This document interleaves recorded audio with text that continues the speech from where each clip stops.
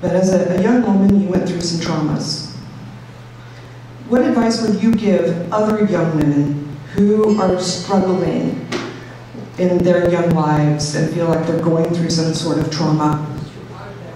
First of all, I'm not old enough to give advice.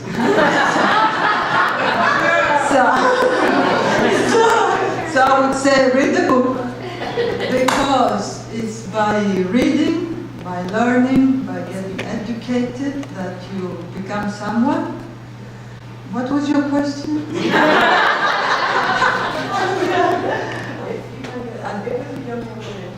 Advice, yes. Yes. So, yes. Educate yourself. That's what I would say. Go to school. Get a profession. That's what I did with my children, my daughters. The first ones, when they were old enough, I said, you have to get a profession. Then you can have everything you want. The husband you want, the profession you want, the things you want by yourself. So that is my advice.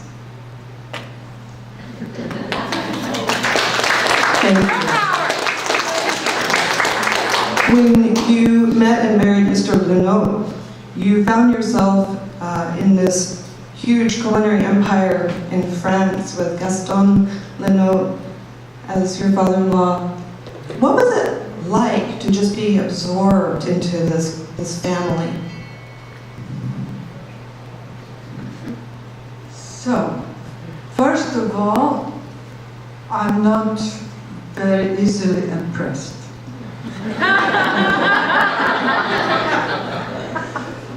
I would say that it was impressive to be close to Gaston LeNotre, Colette LeNotre. But if you put me next to Hillary Clinton and Mr. Clinton, it will be the same for me. You know, this. I think the rich and famous are people like us. They are made with the same particles, the same cells, the same brains, but some are luckier than other ones, and some especially work harder than other ones. So being close to Gaston LeNotre and Colette LeNotre, I witnessed firsthand their productivity, their willingness to succeed, their willingness to go farther, to achieve their dreams, their goals, and this is what makes the difference.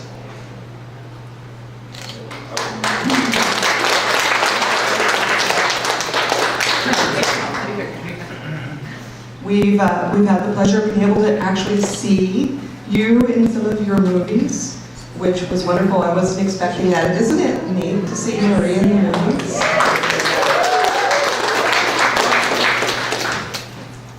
Obviously, at some point you decided that maybe that wasn't the life you wanted. But did you ever miss it? Did you ever miss the acting and modeling life?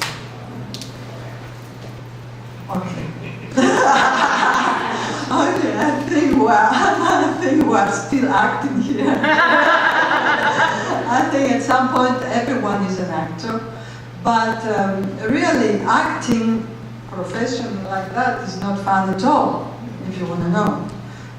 That means sitting in settings like you have to be here seated with the different people around, and then you have to wait and start again and do it again, say it again, kiss again sometimes. What you want is okay, but when you don't, that's hell. So acting I do not miss.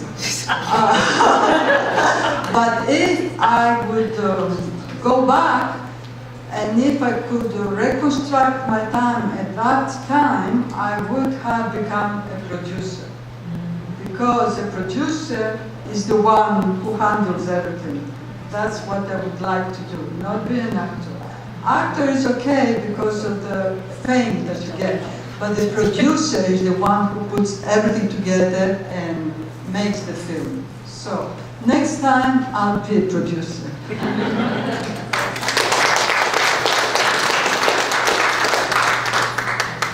I think it's got to be really, I will say this, I think it's very brave to write the story of your life and to put some of these details in writing.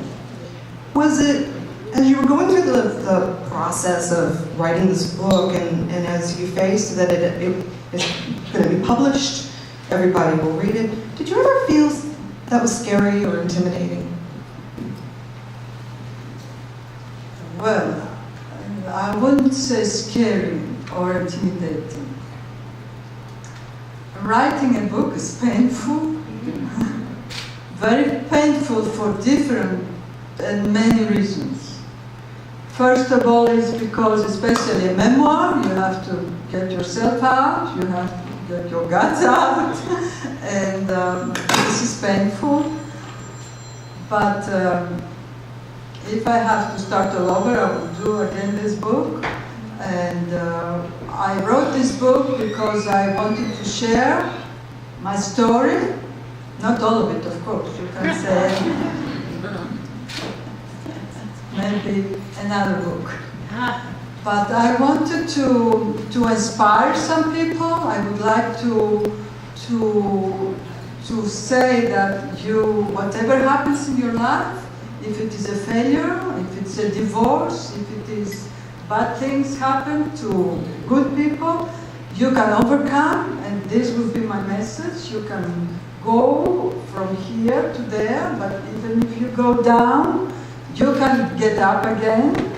And this is the lesson, and our life is a lesson that we have to learn. It's all the pains and the strains and what happens to you accumulates and make you a whole person. And with no pain and suffering, you can do nothing.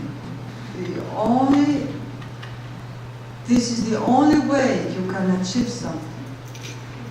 You have to suffer.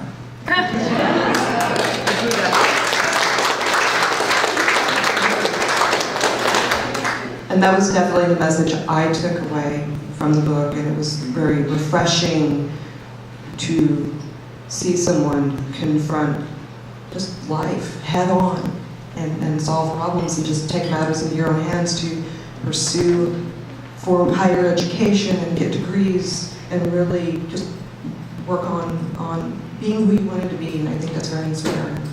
So thank you for doing that. Maybe one more question? First of all, I would like to thank here Kim Kaufman, who is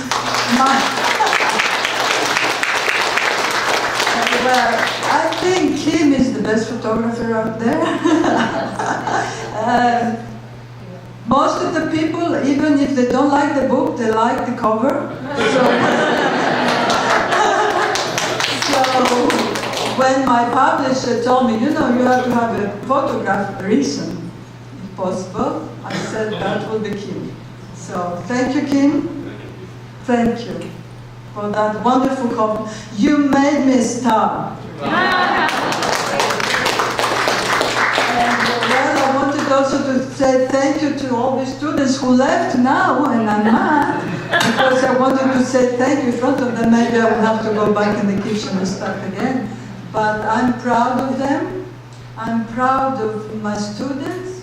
I'm proud of the chefs, and I'm proud of all they had done there, the Crispy Straw. The idea was to have students graduate, train first and graduate, go there and then get hired as professionals and stay. And this is what happened, so I'm very proud of that. And then also I would like to say thank you to my husband.